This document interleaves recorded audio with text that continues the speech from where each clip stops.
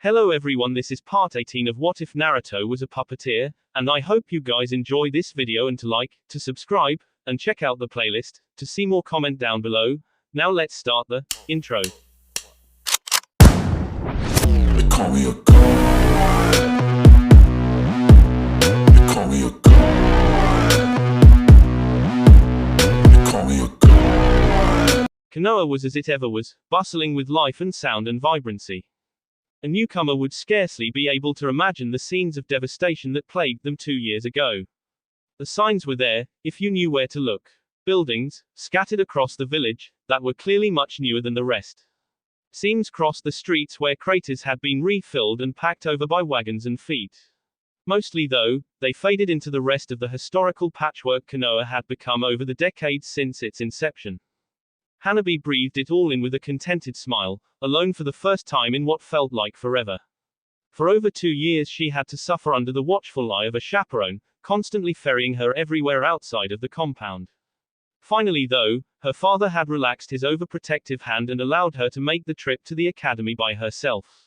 Today was the exception, because today she became an adult. It had been admittedly awkward at first, being a year older than the rest of her peers. Her isolation was threefold, as a newcomer intruding on pre-established social cliques, as the high and mighty heir of a noble clan, and as that girl who was kidnapped. She had heard plenty of rumors that she was actually a Kumogakure spy, or that she was some kind of disgrace to her clan for being a year behind everyone else. They were a child's suspicions, and as much as Hanabi wanted to say she was above them, they cut deep. She had made no friends in her class, and quickly silenced the doubters by rising to the top of the pack in everything. It hadn't taken long for her proficiency to be noticed, and soon she was moved back to a class of her own age group. She had thought things would be different there, and should have known better. Children were children, a year hardly made a difference. She was still the outsider, the weird one, and always would be. They expected her to be the cold, aloof clan child. She gave them exactly that. She rose to the top of that class too, quickly slated for Rookie of the Year. The victory had been a hollow one. She missed the brief companionship she had found before being kidnapped by Naruto. Not that she hadn't forgiven him for that ages ago. Hell, she missed her old captor too.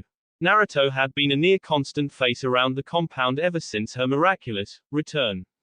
But he was a Junin, and a busy one, and he was often out of the village for weeks at a time. He was out right now, she believed, somewhere in Kiri. Since the Akatsuki invasion, Konoha had undergone a long period of redevelopment, and part of that was strengthening ties with their latest ally. They proved to be a great deal more welcoming than Suna had ever been, and joint operations between the two villages were almost commonplace now. Both were villages in recovery, and both had a great deal to benefit from one another. One day she would convince Naruto to introduce her to Terumi Mei. As the first female Kage, she was an inspiration to Kunoiki everywhere. Supposedly an unrivaled beauty and a powerhouse to boot, Hanabi wanted to see if the stories matched the reality. Especially after she found out the truth about Senju Tsunade and what the legendary Slug Princess had been up to all these years. That was a kick in the stomach if there ever was one. She passed through the ever-open doors of the academy, only closed when the village was under attack. She had hunkered with the other students here when the Akatsuki had come, longing to go out and help, but knowing she would be as much use as a lead feather. The thought hadn't been all that comforting when she had finally seen Naruto a few days later, picking through the ruins of his home and down an arm. Now she didn't cower, she inclined her head up and carefully arranged her features into a bored mask. When people passed her in the corridors they occasionally gave her a glance, but, even lacking her intimidating shadow, none attempted to greet her. It was much the same in her classroom, where she picked out a spot in the second row and brought out a book to read. People quietened when she entered, but swiftly ignored her existence in favor of the chittering excitement over finally becoming genin. At the thought, her hand instinctively sought out the Hitai 8 wrapped around her neck, a little tribute to her sister. She wouldn't dare wear it on her forehead and obscure the Fuinjutsu proudly inscribed there. It would somewhat defeat the point of the gilded cage seal, as it had come to be known. Her reverie was broken as Iruka swept into the room, beaming happily up at the assembled class. An average shinobi, as they came, but an engaging teacher that seemed to genuinely care about his students. He swept through the obligatory congratulations, and with a knowing smile moved on to what they had all been waiting for, the team placements. Bit of an unusual situation this year, he started, eyes glancing Hanabi's way, what with the Rookie of the Year also being the Kunoichi of the Year, so the team placements were a tad more unpredictable this time around. This time, the Hokage has decided that Team 7 should be those students who came last, first and middle of the pack respectively. So, if Hyuga Hanabi, Asashiki Hayato and Megumi E could stand up, your sensei is. Hanabi had already stopped listening as a familiar mop of blonde hair strode into the room, piercing blue eyes surveying the room before landing on her with a smirk. It took her a moment to realize her new teammates were staring at her strangely and, as demurely as possibly, she rose and quickly moved to join them. Naruto escorted him out into the hallway, still wearing that infuriating smirk, and led him away from the other prospective Junin sensei lined up outside the door. Finally, out of sight of everyone else, he turned and clasped his hands together. Well, this should be fun, he greeted with uncharacteristic mirth. I'm Uzumaki Naruto, and, well, it remains to be seen if I'm going to need to remember any of your names, so I'm not going to bother asking. Hayato snorted, resting his hands up against the back of his head with an unconcerned smirk. An aggressively average shinobi, only really excelling in genjutsu, he was one of the louder voices that Hanabi had learned to tune out. Your scare tactics don't work on me, dude. My big brother told me all about the second test Genin have to pass and all the little psych games Junin like to play. Naruto zeroed in on him like a shark smelling blood and grinned. Well, dude, did your brother also tell you that I don't give a crap what he thinks he knows? He took a step forward, and despite his swagger, Hayato shrank back slightly. And, that if I say you three aren't going to be ninja, you won't. TCH, the boy muttered. Whatever. All the same, he looked decidedly paler than before. He cut in, raising her hand shakily. It was really no wonder that she had been the dead last this year. Most of the class were convinced she didn't even want to be a ninja. She had the constitution of a leaf in autumn and could barely hit a stationary target. The only thing she had going for her was fairly decent chakra control, and even then, her clones always came out a bit shivery. What did he mean about a second test? Simple, Naruto replied, turning to her with a decidedly less predatory look. It reminded Hanabi of the times he would go into what she had affectionately dubbed lecture mode. The academy test is there to determine if you have the skills to become genin. My test is to see if you know how to put those skills to use. Shoot, dude, Hayato snarked, gaining some of his bravado back now that he didn't hold Naruto's undivided attention. We'll ace whatever test you've got planned. Well, can't fault your optimism, the blonde drawled. I'm supposed to give you a day to get ready and acclimatize, but I don't really want to waste any more time than I need to if you guys aren't worth it, so I'll see you lot in training ground 11 in half an hour. He stood there a moment, eyebrow raised expectantly, before shooing them all. Well, go on, get. The other two scattered immediately, leaving Hanabi staring up at him with her arms crossed over her chest. It was a stance more than a few brave academy boys recognized to be wary of. Naruto just looked down at her and grinned. Surprise, he offered, waving his hands with a flourish. You said you were in Kiri, on a mission. Well, it wouldn't have been much of a surprise then, would it? She huffed, before allowing herself a small smile. Surprise or not, it was at least a pleasant one. She would be lying if she said she wasn't worried about who her sensei would be. Would they be like everyone else? Holding her at arm's length, or assuming she was already far enough ahead that she didn't require their attention? Would they be wary of her father, and formality get in the way of proper learning and mission experience? This seemed better. She knew Naruto would be none of those things. How did you even manage this? He shrugged, with that coy smile she knew meant he was enjoying lording the secret over her. He did the same things when she asked about technique he knew she wasn't ready for. I pulled some strings. She forced a grimace to hide her smile. That was terrible. She relaxed a bit and stepped back, taking him in. Junin sensei, huh, I guess it kind of suits you. That was honest too. Naruto was an expert at hiding or subverting his own emotions, but even she could see the signs of excitement about him. He really had changed since the Akatsuki attack, and not just in attitude. Nearly 18 years old now, he practically towered over her diminutive 4'7". Gone was the bulky, concealing jacket. He instead wore his flak jacket over a padded, sleeveless shirt that she knew contained many hidden pockets. Hanabi had once thought he did it to show off his prosthetic arm, and it certainly made an impactful image. A dark gray design to blend with shadows, it looked like uncovered muscle with thick, segmented joints much more flexible than their organic counterparts. She knew that under her Byakugan it would practically glow with light. It had almost as many artificial tenketsu as the entire rest of his body. Lately though, she had wondered if it wasn't a subtler statement. He no longer used long sleeves to cover up the movements of his fingers. Some might have called it cocky, or a challenge. Secretly, she thought it was just a sign of confidence. No matter what airs Naruto put on, it was no secret that every step of his career had been met with adversity and doubt. People had never really believed he could do what he had done. This was a sign he no longer cared. He was a puppeteer, the best alive. If anything was a challenge, it was that. He arched a stately eyebrow. Who said anything about Junin-sensei? You still have to pass my test. She shot back, unconvinced.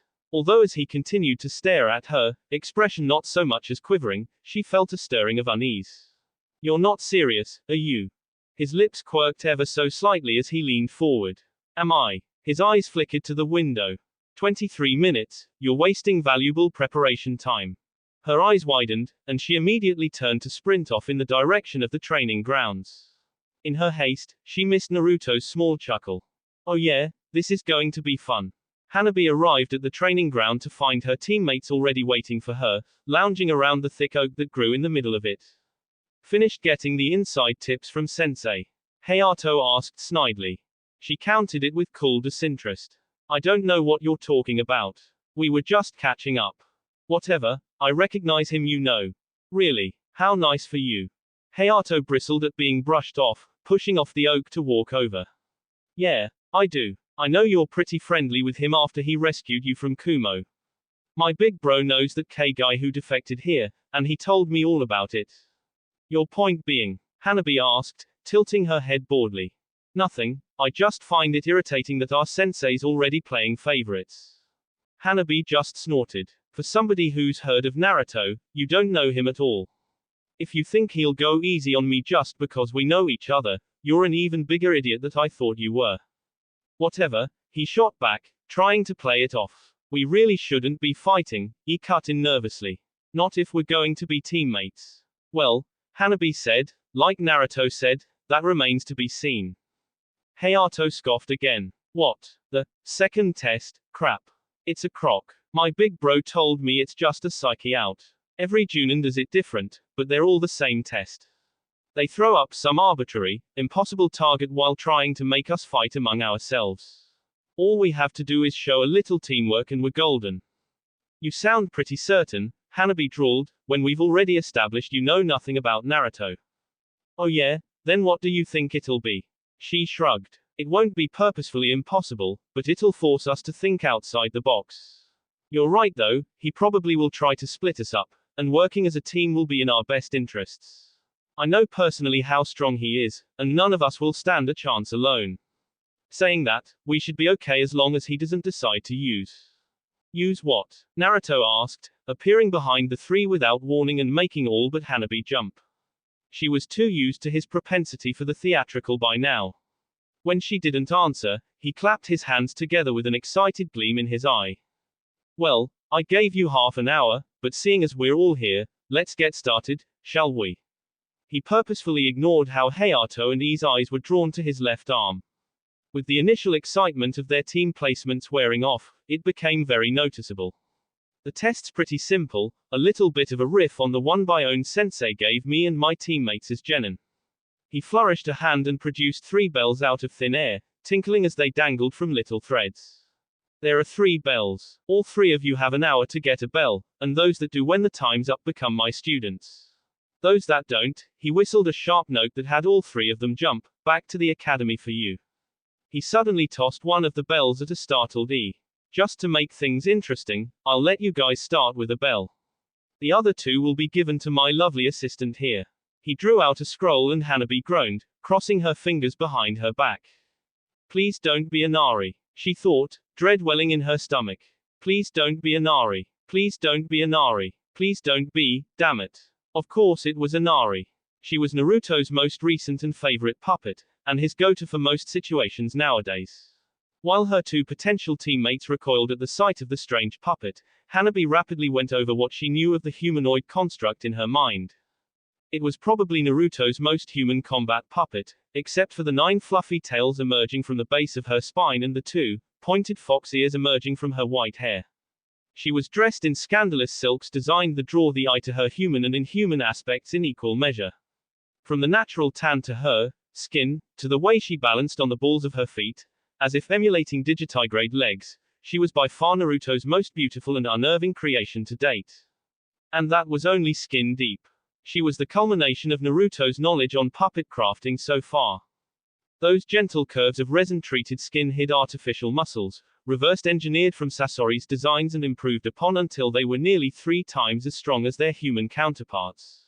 Likewise, a fine, artificial chakra system threaded those muscles in a somewhat twisted parody of nature.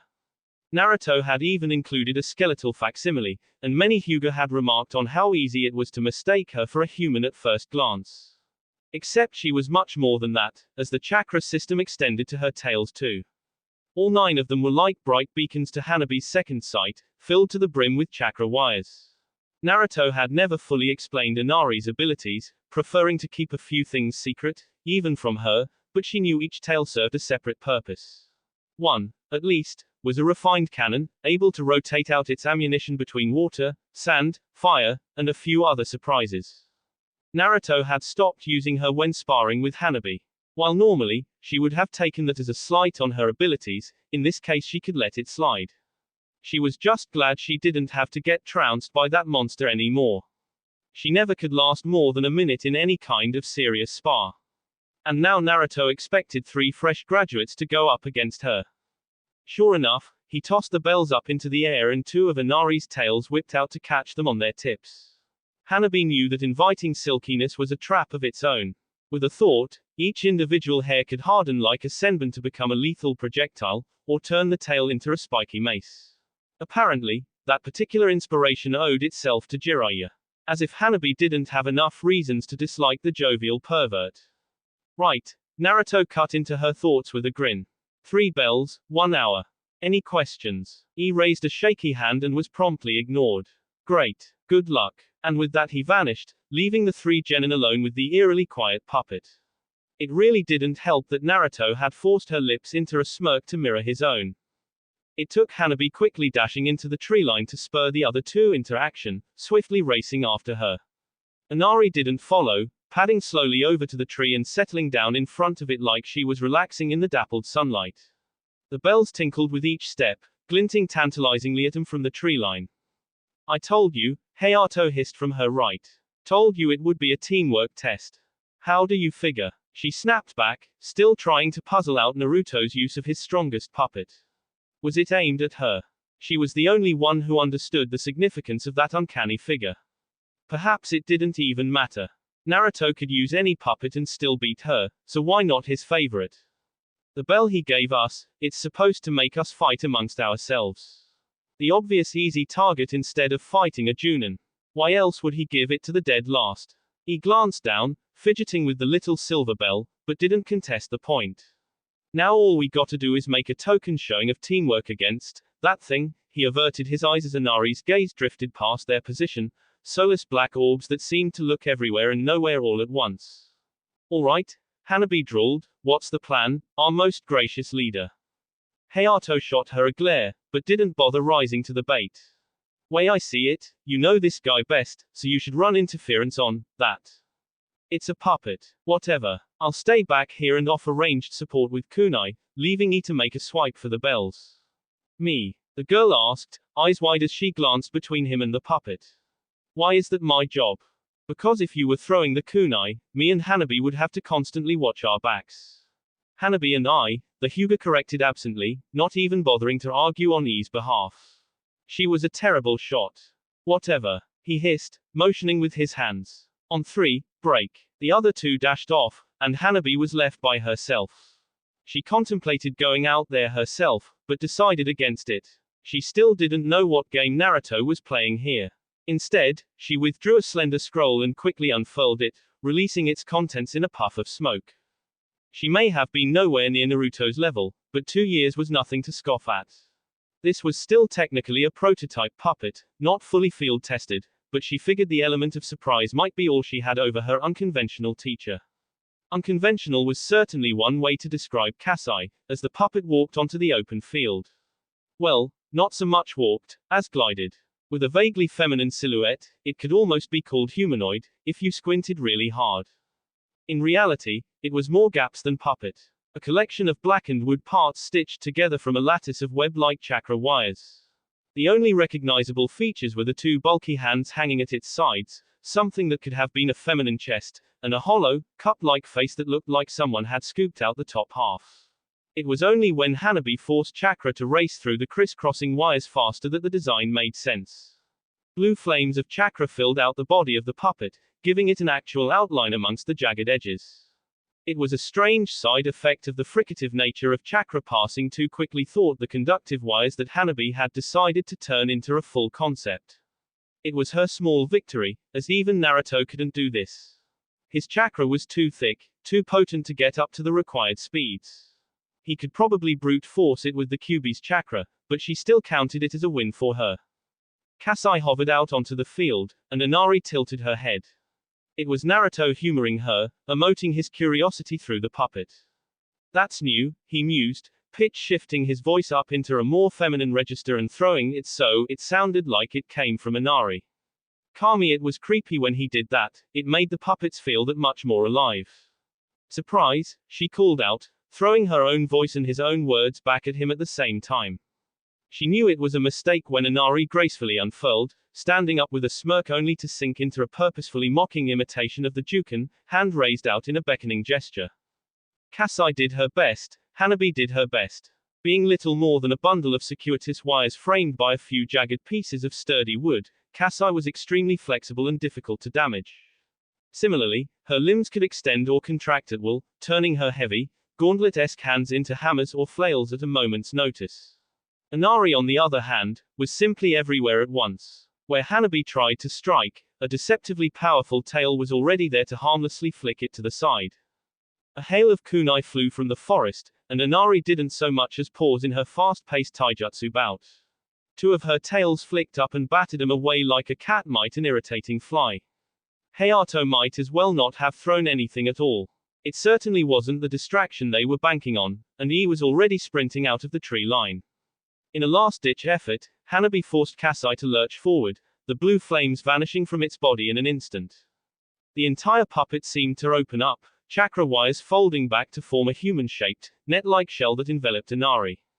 That was Kasai's true purpose, enveloping its opponent like a suit, so that Hanabi could capture them. A potent contact poison laced the inside of the shell-like sections, which was meant to subdue the person inside, not that it would do anything to Inari. For a vain moment, Hanabi even thought it might work. He made a grab for the bells, only for the tails to swish out of the way, carrying their little silver prizes out of reach. Kasai hadn't exactly been designed for people with more than human limbs, an oversight in retrospect, considering the oddities of the shinobi world. Then, suddenly, the tails, bells and all, vanished entirely, and it was Hayato inside of Kasai. He only had time to yelp in surprise at the sudden dislocation before his eyes went hazy and he was knocked unconscious from the cocktail of drugs soaking his skin. Cursing, Hanabi didn't even bother letting him out, instead using Kasai to run him back over to her position, in tow. Only then did she release him, jabbing him with a senbon coated with the antidote. He awoke with a start, blinking confusingly before scowling. What the hell was that? Inari, Hanabi started, only to catch herself. The puppet substituted with you. What? It can do that. He glanced at E. Can it do that? The girl looked just as disbelieving. But, in the academy they taught us you couldn't substitute with another person unless they let you. Not unless you can completely overpower the natural sheath of chakra that covers every shinobi, Hanabi muttered. She should have seen that coming, and trust me, Naruto is more than powerful enough to do that to a fresh academy graduate.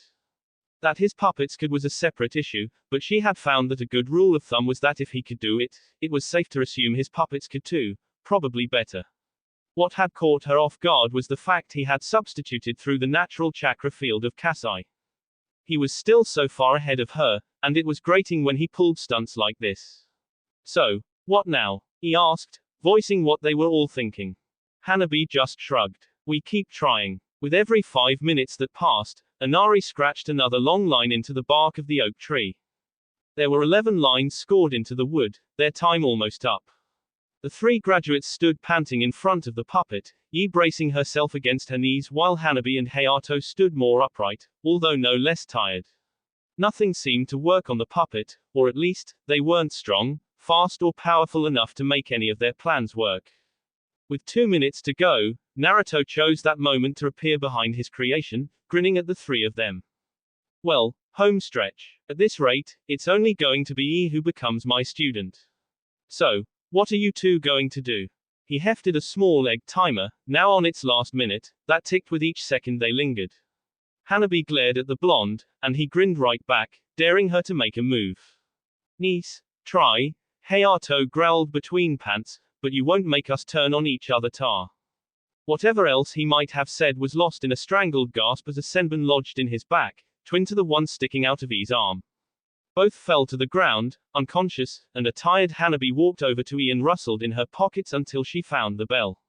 At that moment, the egg timer let out a shrill buzz. Congrats, he called, clapping slowly. Took you long enough. You couldn't have done that an hour ago and saved us all the bother. So it was a trick. She yelled irritably, inwardly relieved. It had been a bit of a gamble at the end there, weighing Naruto's personality against Konoha's value on teamwork. Of course it was, he said, as if it were the most obvious thing ever.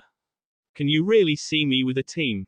I petitioned the Hokage to take you on as an apprentice, and this farce, he motioned to the 2 unconscious teens, was the only way he would agree. Now I can say they failed to meet my standards and still take you on as a student. Honestly, I thought you would work it out sooner. I suspected, she muttered churlishly, crossing her arms over her chest. But sometimes it's hard to tell with you. Besides, maybe I just wanted to try my hand at going for the bells. You always told me to use every resource available in a fight. She motioned to Hayato and I for emphasis, then frowned. Still, it's a little harsh, isn't it? They might have made Genin if it wasn't for me. She didn't particularly like either of them, but Yi was at least earnest in everything she did, and Hayato was a passable ninja. Naruto waved off her concerns. Don't worry about that, the whole, back to the academy, thing is just a scare tactic for motivation. Konoha isn't in such a hurry to throw away talent. Genin who fail the second test, unless it was spectacularly, or the Junin spots some bad traits, get put on the reserves list. They're placed provisionally on Chunin teams and a few Junin take turns getting them up to speed until they can take the exams. Most of them go on to form the bulk of career Chunin. It's not all that glamorous, but if they show promise there's nothing stopping them climbing higher. Oh, Hanabi muttered. That must be a well-kept secret from the younger generations, because nobody in her clan had even told her that. Naruto sighed, as if he was the one who had the right to be annoyed. So little faith, my young apprentice. That brought her up short, and she immediately forgot about her 2 wouldn't-be teammates. So, I'm really. He nodded with a smile, patting her on the back. Yup, you've got me all to yourself, again. You better get home. I suspect your sister is biting her nails off in anticipation, but I expect to see you bright and early tomorrow for missions. Hanabi's eyes gleamed in anticipation. Missions. Real missions. She was a kunoichi. She raced off, grinning, only turning around when she reached the edge of the clearing. Thanks, Naruto-sensei. Naruto Shushu. Her face immediately fell flat. Not a chance in hell. Konoha might not have changed, but it was still different. That was what Naruto saw as he slid adroitly through the crowds, thin perhaps, but no less busy. 2 years was a long time. Time enough for most to mourn, forget, and move on. Still, losses stood out by their absence. A yakisoba stand he used to enjoy as a quick meal between missions was gone, crushed beneath a rampaging summon during the attack. The old woman who used to go out and pick apples from a grove not far from the village no longer walked around the market, handing them out. Recovery was a funny thing. It didn't really describe the process of healing, because those gaps, those scenes that didn't play out anymore, were never truly filled. They were instead crowded by new scenes, new life, crushed and squashed and packed in tightly until they were unnoticeable and out of mind. Naruto remembered a time when he hadn't been any different, and the world would have given anything to set him out of mind. Except for a few, singular rays of light that refused to forget that tired little blonde boy existed. He ducked under the flaps of Ichiraku's with a small smile he shared nowhere else, breathing in the heady aroma of noodle broth. They were a proud lot, Tuki and Ayami, and he knew they would have never accepted his help. It had taken a few anonymous donations for them to expand their business into this little restaurant. Despite that, it still retained that cozy, homey feel that he had been so enraptured by when the Hokage first took him here. Naruto-chan greeted the one person who could still get away with calling him that. Ayami, despite her rather plain, earthly features, was and always would be the most beautiful person he had ever met. It wasn't in her looks, although she was undeniably pretty, it was in her bearing. She was a soul that could not hate, could not find fault in the world. Despite the harsh, bloody business she was surrounded by, she was content. That happiness was infectious. She flicked her cloth at him as he sat down, feigning a pout. What's up with you? You hardly visit anymore. She crossed her arms, but could never hide the mirth twinkling in her brown eyes. What? Ichiraku not good enough for you anymore? Just busy, he rebutted, sinking into the familiar argument. We both know it could be worse. She rolled her eyes, but he knew she was thinking about the period when Naruto had stopped coming around entirely.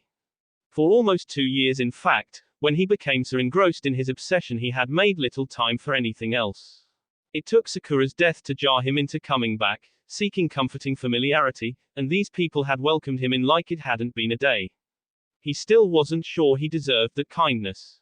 Sure thing, Mr. Big Responsible Junin-san, she mocked playfully, calling into the back for his usual order. Got it, came the muffled reply from the kitchen. And tell Naruto he doesn't visit enough.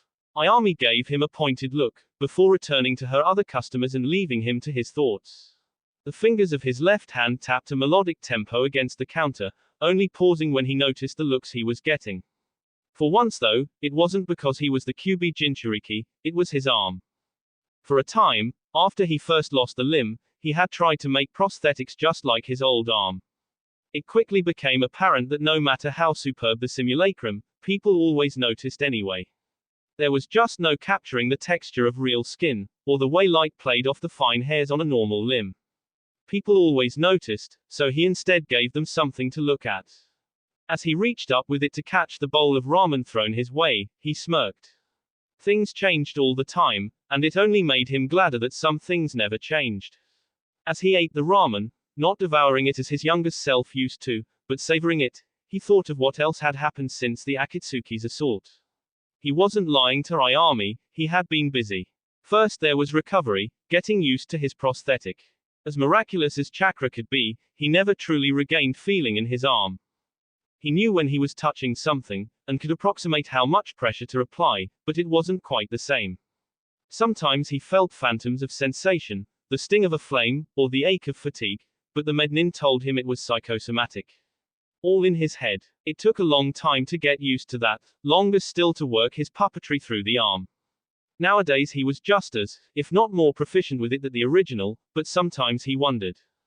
After that it was missions. Lots of missions. Konoha was always busiest after a time of distress, as they projected their unbroken strength out into the world. It was a good thing the rest of the continent was still crippled from the war, in one way or another, or they might have had more to fend off than a few prying feelers from Iwa.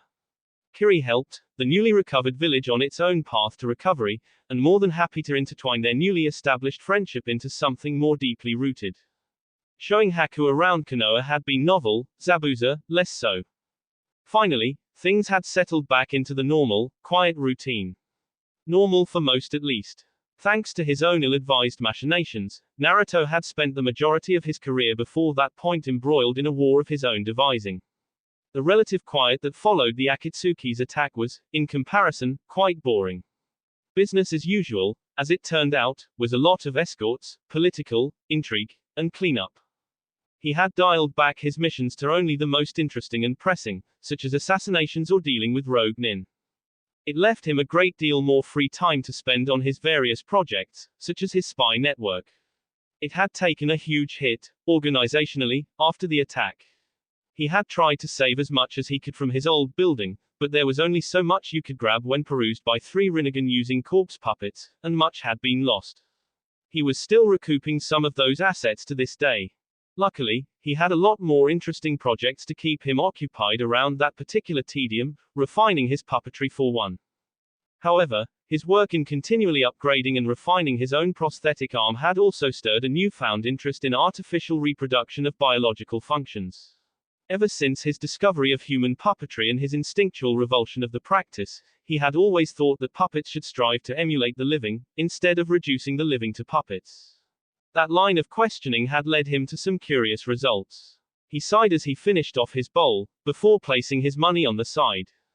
Just the one? Ayami asked with a teasing smile, leaning over the counter in a display that many young men would have paid a lot more than the price of ramen to see. I remember a certain little blonde boy who used to guzzle down our ramen by the bowl. And don't doubt I still would, he shot back. But ramen's got to be a treat now. Too much salt raises the blood pressure, makes my arm ache. One of the reasons he loved Ayami was that, even saying something like that, she didn't look at him with worry, or pity. She just tilted her head to the side, scrunching her lips up cutely. You should have said, I'm sure between me and Pops we can whip something up. The Super Naruto Medicinal Low Salt Special, or something. Don't trouble yourself for me, he muttered, scratching the back of his head. Hadn't they already given him enough trouble? Chuki scoffed as he emerged from the kitchen, expertly working a batch of dough with one hand. For our #1 customer. Don't be ridiculous, Naruto-kun. I've been looking for a new challenge anyway. He pointed a large wooden spoon at the boy. Don't think that only you ninja have the goals to reach. So, you better be sure to come back soon and give our latest creation a taste. Naruto shook his head, unable to beat down his smile. Sure thing, Ji-san, I'll even bring my little apprentice along. The old man's eyes lit up. Introduce a new generation to the wonders of ramen, I like the way you think. Ayami's eyes were gleaming for a different reason.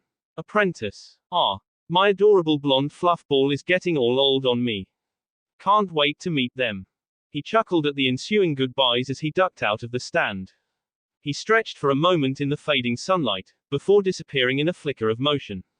When he reappeared, he was standing outside a rather nondescript house towards the edge of the clan grounds, a rather simple 2-story affair that he couldn't have even dreamed of living in when he was a poor orphan scrimping by on his monthly stipend. Of course, the house itself was simply where he lived. He barely made use of it, save for the bedroom, kitchen and study. Most of his work went on beneath the house itself, in a series of sub-levels. He had bought the plot and quite a bit of the surrounding property after the Akatsuki attack. Some powerful jutsu had rendered much of the ground a smoking crater. It made the property itself cheap, and made building the complex below the house extremely easy. It only took a little more excavation to get it to his standards. He stepped inside the hall and tossed his flak jacket on a nearby peg, pressing down hard on particular panel of wood and pulsing chakra through his foot. Without losing stride, he jogged down the steps that opened in the floor before the trapdoor closed behind him, seamlessly flush with the surrounding planks. It led down into a single large room, reminiscent of his old workshop, although a great deal more organized thanks to both experience and the benefit of prior planning. This was where he got most of his work done and included his desk area for his more sensitive projects, the rest relegated to the study upstairs. It also housed his new library, still not up to the standards of his old collection, and a space where he played about with new puppet concepts. A few doors led off to his lab, where he fiddled with poisons and messier exploits, a practice room, a storage room, and a few others of varying importance. The only thing missing was a big room, but if he was honest with himself, he hadn't gotten much use out the old one after completing Asura. In all, the new space was about half the size of his old building, but much more efficiently used. It was a nice setup, and it was just about starting to feel like home. He nodded to a clone, reading in the corner, and settled down into his workstation. Leaning back, he allowed himself a small reprieve to bask in the best day he could remember in a while. Nothing lasted forever though, and he quickly settled back into his work, leaning forward to prod a strange, suspended orb hanging just above his desk. It was unmistakably a human eye, although larger than his hands clasped together. It was also, to those who would recognize the distinctive lack of iris or pupil, quite clearly a Hyuga eye, although not a natural one. It was his latest project, an artificial Byakugan. It was the latest in a line of experiments he had been running since his new arm had stoked the interest in all things prosthetic.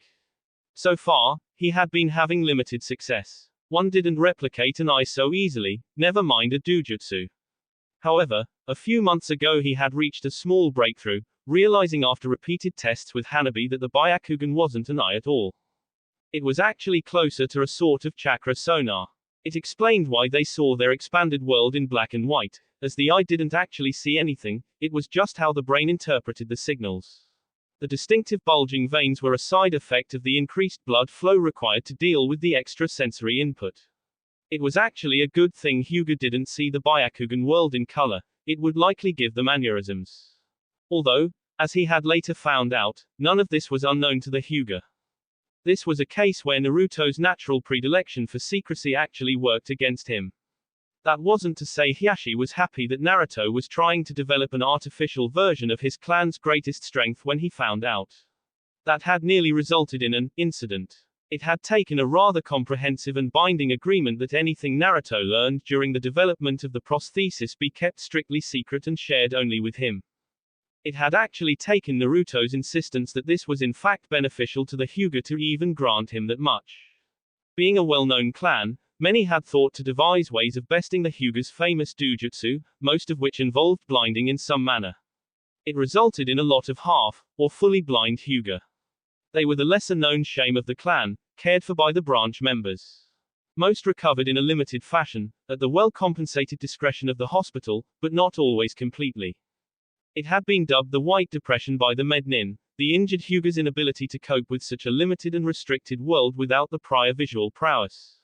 If Naruto could create a working prosthetic, he could return that expanded scope to a not insignificant portion of the clan. It was a somewhat hasty and contrived explanation, but if Naruto had learned anything by then, it was that the quickest way to gain Hiashi's favor was to appeal to the man's sense of loyalty to his family. Thankfully, it had worked, and Hiashi had allowed Hanabi and Hinata to aid him in his study, as well as keep an eye on him, if he knew the Hyuga patriarch as well as he thought he did.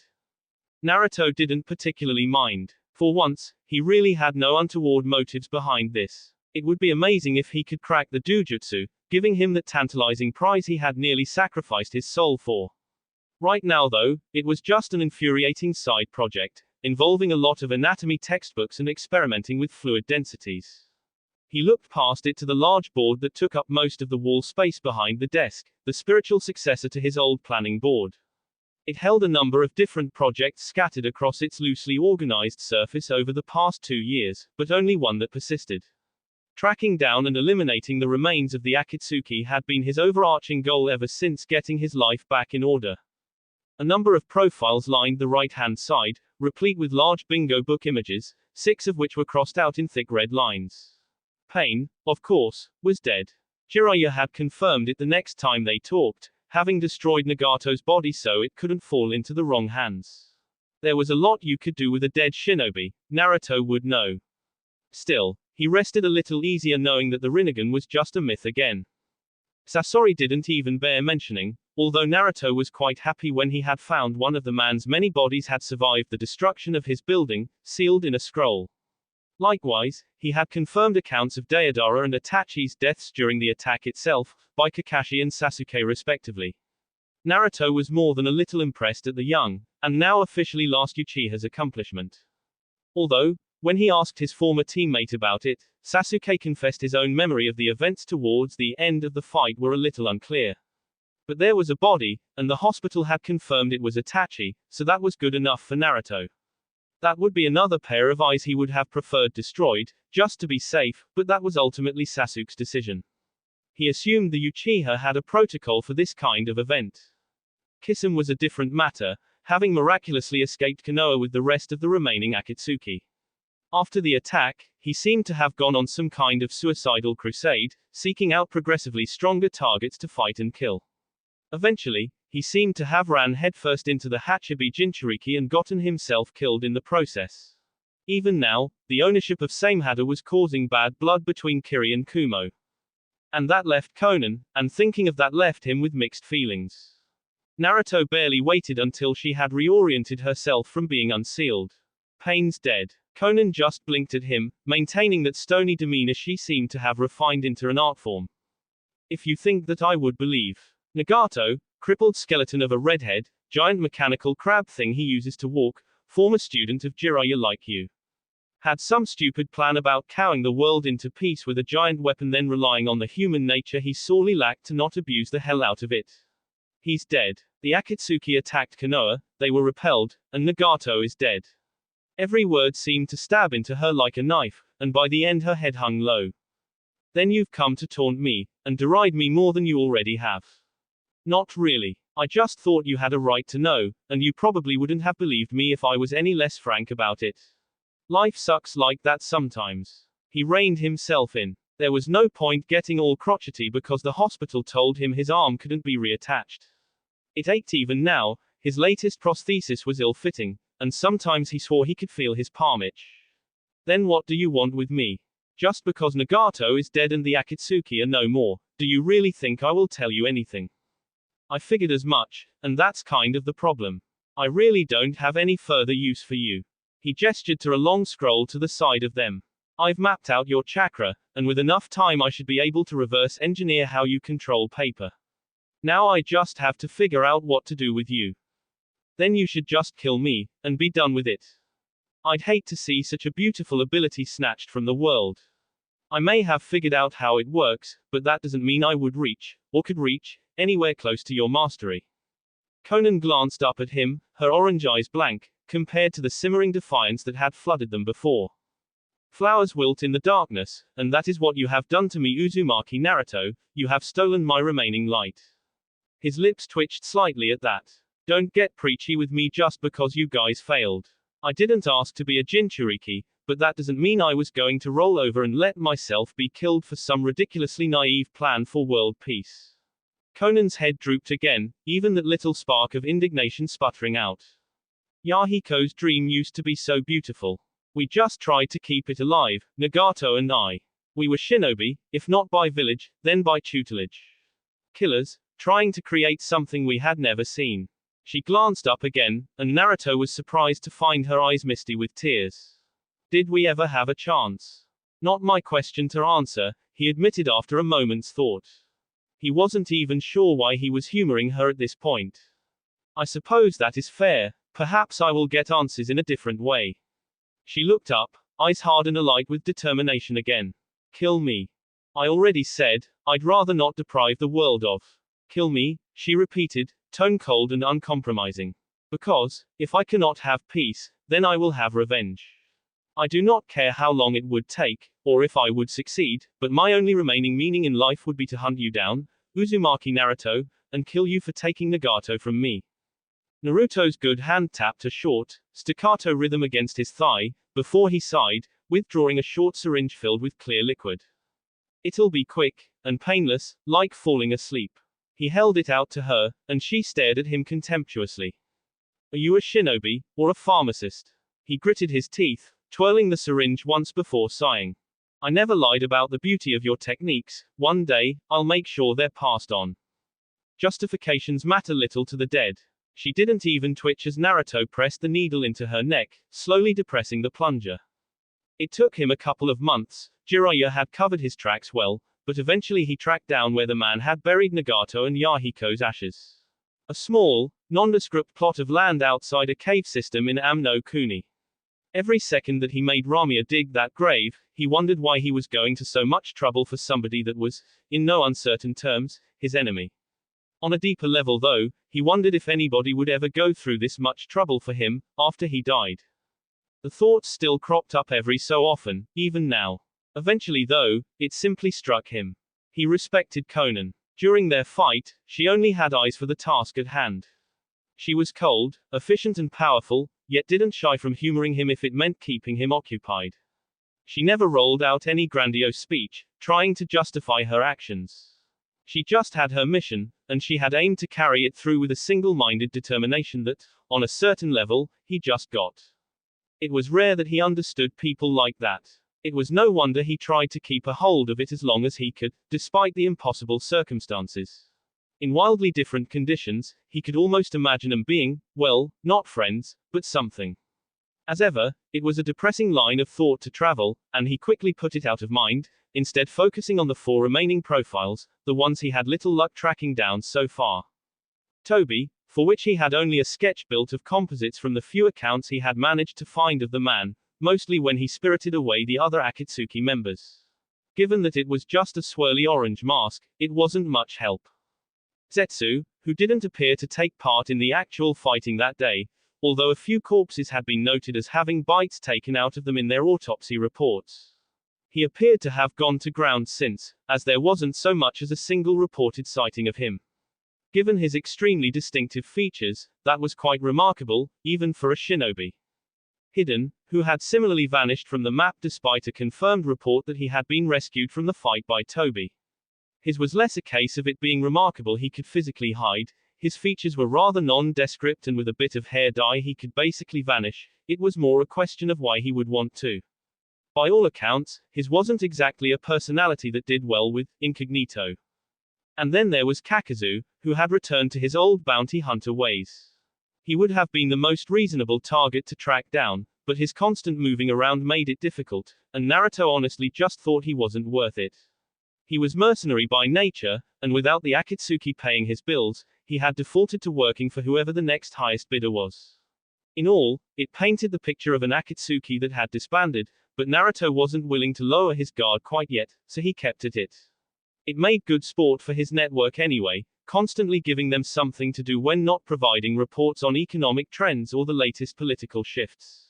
It certainly kept it a lot more interesting for him. Kami, intelligence gathering could get extremely dull. Sometimes, he wished he still had the old uncertainty to keep things exciting. Then he remembered that he quite enjoyed living, and got back to his paperwork. Oi! He called out to the reading clone as he rose from the chair. Switch. He dismissed the clone at the same time he created a new one to take over his paperwork. He caught the book as it dropped to the chair, seamlessly picking back up where the clone had left off and sighing as he sank back into the plush armchair. He didn't have to do all the tedious stuff personally at least. Hanabi had to stop herself bouncing in place as she stood next to her new sensei, attentively waiting in the small queue of people waiting to receive their missions. She recognized a few people from her graduating class, although less than she would have expected. Did so many people really fail the second exam to earn a Junin sensei? The thought slipped from her mind as quickly as it had popped up, swept away in the flurry of excitement as their turn finally came and Naruto stepped forward. Exciting, isn't it? The Hokage greeted jovially, leafing through a small sheaf of mission dossiers. I must say I do rather get caught up in it myself when this time of year comes around. Nostalgia. Hanabi hazarded, feeling unusually bold today. Oh no, the Hokage waved his hand airily. I'm afraid the missions process was quite different when I was your age. First worldwide shinobi conflict, Naruto explained. Under the personal tutelage of the Nadaime Hokage. I can only imagine. Yes, well, I think I much prefer it this way, Hiruzen said. And you're in luck. There are plenty of good D ranks left for the picking. He motioned to a nearby Chunin, there specifically to order the mission dossiers for the day. Naruto remembered that job, having had to suffer it himself a few times. No Chunin envied that position. We've got supplies that need delivering between a blacksmith and the armory, a number of renovation projects, and, he paused as Naruto raised a hand, looking to the Hokage. That won't be necessary, we'll take a C rank. The Hokage sighed, tapping his pipe against the table as if he knew this was coming. Hanabi suddenly felt she knew the reason Naruto had purposefully kept them at the back of the queue until all the other genin teams had been and gone. Naruto, we already had this conversation when you first asked me about becoming a sensei. Good, so we don't have to go over the points again. I agreed that I would evaluate a full team, and if they failed to meet my standards, I could take Hanabi on as an apprentice. I even got Hyashi's explicit permission. Your only stipulation, if I recall, was that I couldn't simply brush off the rest of the team. Do you feel I did? The Sandaime's fingers drummed against the desk testily. No, your report on each genin's individual failings was more than extensive enough, thank you. Then what's the problem? The problem, Naruto, is that this sets a problematic precedent. D ranks are supposed to ingratiate the village with the shinobi population while acting as vital team building exercises, which the other genin will be able to get on with just fine, and if you hadn't noticed Hokage-sama, Hanabi has no team. I assure you that our teamwork will be more than adequate for a C rank mission. Hanabi was astonished at how polite and reasonable Naruto could sound when he was essentially disobeying the Hokage in front of a room full of the man's subordinates. I'm here to teach my student, not babysit her through chores whose main functions are no longer relevant. Yes, Hanabi knew why he had asked her to wait. Doing this in front of the Hokage was towing the line of insubordination. Doing it in front of the other genin teams would have been trampling all over that line until it was a smudge on the ground. The Hokage put his pipe down, never a good sign for anybody who knew the man's mannerisms, and steepled his fingers. Fine, you have your C rank, Naruto. However, if I find so much as a single reason in the ensuing report that your student was either unprepared or overwhelmed, you'll be on D ranks for a year. His measured glower couldn't match Naruto's grin as he snatched the dossier off the top of the C rank pile. My student, you wish. And with that he turned and swept out of the room, Hanabi hesitantly trailing after him. She caught up to him a few paces outside the office, examining the folder. You have no idea the pain I've just saved you, he said as she fell into step beside him. D ranks are the hell of a genin's young life. But, while your academy friends are off getting their faces mauled by demonic cats, we'll be escorting a young noble from the capital to an embassy in the land of fangs. How's that? How can you stand up to the Hokage like that? He paused, glancing down at her with a bemused expression. Stand up to him. Where did you get that idea? You think I could get anything from the old man if he didn't let me? He just had to put up a convincing counter so it didn't set a bad precedent. For even that much I know he's already scheming up a way to get back at me. Then why do it? It's a matter of knowing when it's worth pushing. In this case, it was. He grinned as he slapped the manila folder with the mission details. Only the best for my apprentice. Hanabi smiled to herself as she followed along after him, feeling a warmth spreading through her chest. Plus, D ranks really suck. That will be it for this video. If you want more, comment down below, like, subscribe. And see you guys later.